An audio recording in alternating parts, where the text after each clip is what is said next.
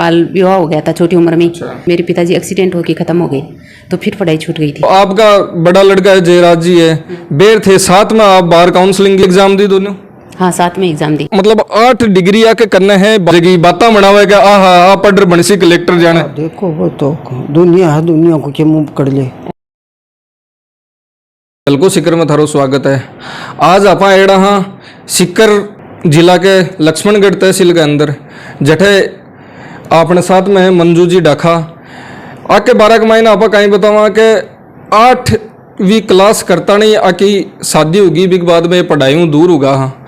और आज ये 8 डिग्री ले ली, साथ में LLB कर ली, LLM कर ली और भी हालतानी भी आकी पढ़ाई जारी है। बार काउंसलिंग को एग्जाम पास कर लियो तो आकी जखी भी जानकारी है बड़ी रोचक है। बिग बारा में पाऊँ बात कर सा। राम राम सा। राम राम सा।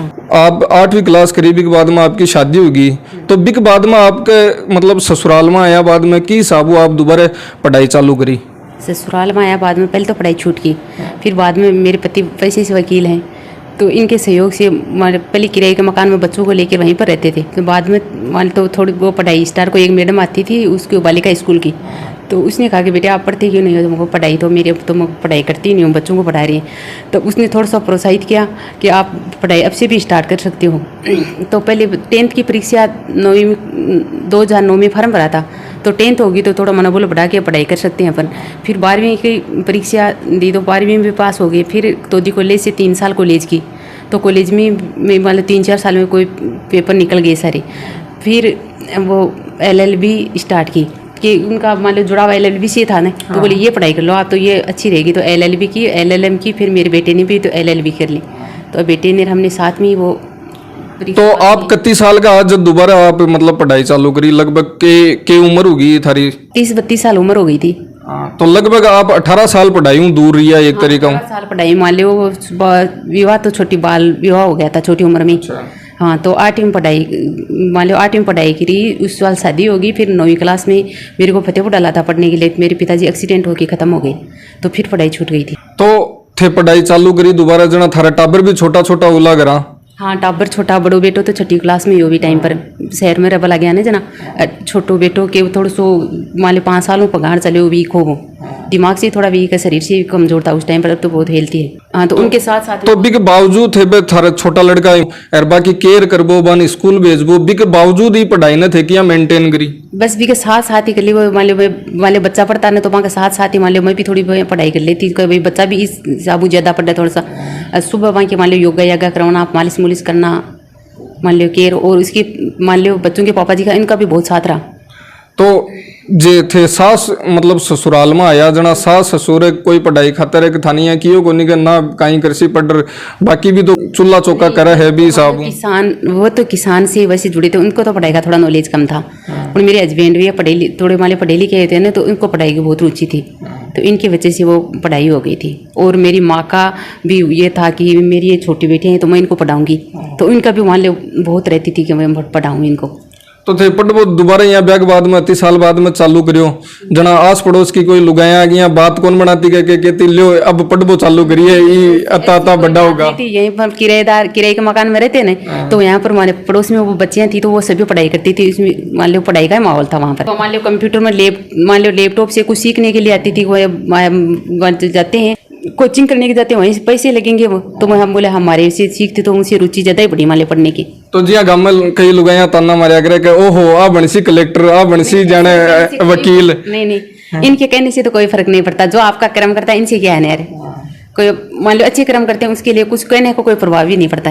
तो थे अठे मतलब सिटी कमाई ना आया बिक बावजूद आप अठे सब कुछ गाय है भैंसा है राखो बेबी राखो घर को काम भी करो हो, तो इन किया मैनेज करो थे? इन मैनेज मान लो पहले तो 8 साल तक एक गाय रखता, तो इन तो सुबह सुबह एक दादी काम करने के लिए आती और बच्चों को स्कूलों में भेज के तैयार करके फिर दिन में मेरे को थोड़ा पढ़ाई का काम रहता, तो टाइम मिलता उस टाइम पर पढ़ाई कर लेती।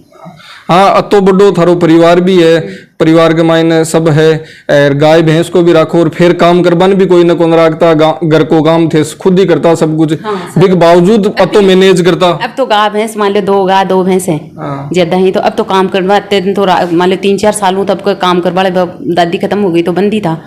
हाँ, तो मान लो वो काम करके मेरी सास है वो मेरा सहयोग करवाती। मानसिक स्थिति भी बताओ फिर भी बे 12,000 मेडल भी जीत रहा है बहन। क्या कि पेरा कमाई ना है कि क्या कमाई ना हिसाब पैराम कहीं क्या कौन सा खेल कमाई ना मेडल जीता? एथलेटिक्स में है और वो है गोला फेंक में। अच्छा, तो इसकी तैयारी आप ही बन लेर जानो, कोचिंग पर लेर जानो या तैयारी करानी स्पोर्ट्स ग्राउंड में सब कुछ आप ही करवाई? नहीं, तैयारी यहाँ पर हम भी करवाते हैं, यहाँ पर रहता है, कभी जयपुर डालते हैं, कभी हनुमानगढ़, हमारे रोहतक जगह जगह तैयारी करवाते हैं उनसे। तो आपका बड़ा लड़का है जयराज जी है, बेर थे साथ में आप बार काउंसलिंग की तैयारी कर रहा है, तो साथ में एग्जाम दी दोनों?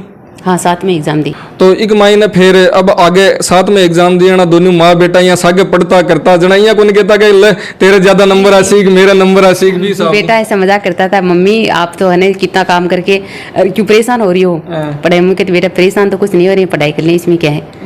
हाँ, तो परीक्षा दे के आए थे ना, उस दिन ही बेटा हिंस रहा था, बोले मम्मी आपकी वो पेपर कितने पर किसने ने उसके 67 किसने ने सही हुए थे। तुमको मेरा तुमको पता नहीं, चेक करूंगी तभी पता चलेगा कितने किसने सही है। तो फिर दुनिया मुखी का ज्यादा हुआ? तो अभी वो परसेंट तो वो निकाले नहीं, वो पास की मान ली दिक्कत है। हाँ, तो दुनिया की यहाँ कंपटीशन भी रहे तो कई बार तो क्या नहीं मम्मी थारे ज्यादा मैं ले नहीं कंपटीशन रहता है, LLB की थी ना तब भी कंपटीशन। वो अमित बोलता था मम्मी आपके नंबर इतने ज्यादा कैसे आ रहे हैं? मैं कहती बेटे मैं तो पूरी कॉपी भर के आती हूँ, मान लो कुछ भी लिखो अपन पूरी कॉपी खाली नहीं छोड़ती हूँ। तब उसने भी कॉपी भरना स्टार्ट किया तो 70% से नंबर उसके आए LLB में।